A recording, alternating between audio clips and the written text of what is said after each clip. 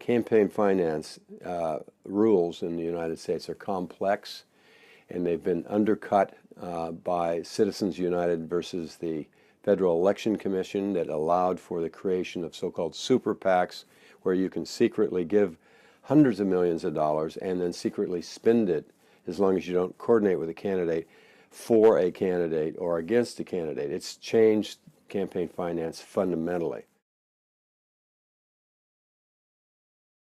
This cycle will probably have $8 billion spent on House and Senate elections, primary and general, and the presidency, primary and general.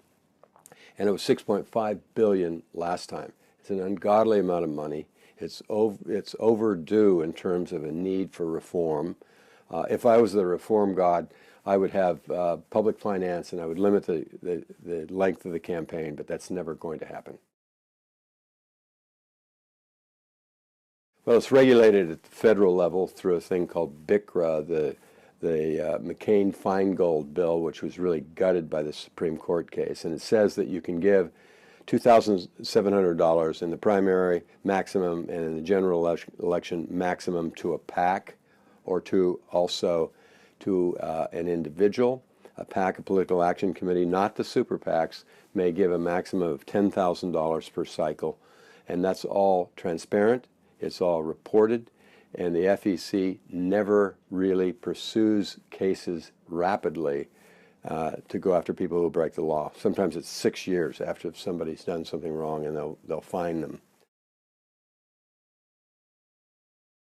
Well, campaign finance is the fuel of a campaign. It's the mother's milk of politics, as some have said.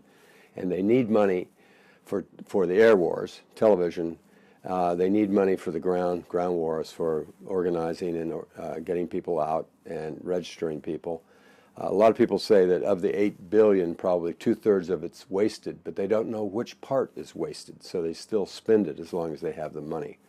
It affects our governance because later on people who have given money want to have access to public officials to pitch their particular position. It doesn't mean that they're buying votes, but they have more impact than people who haven't given money.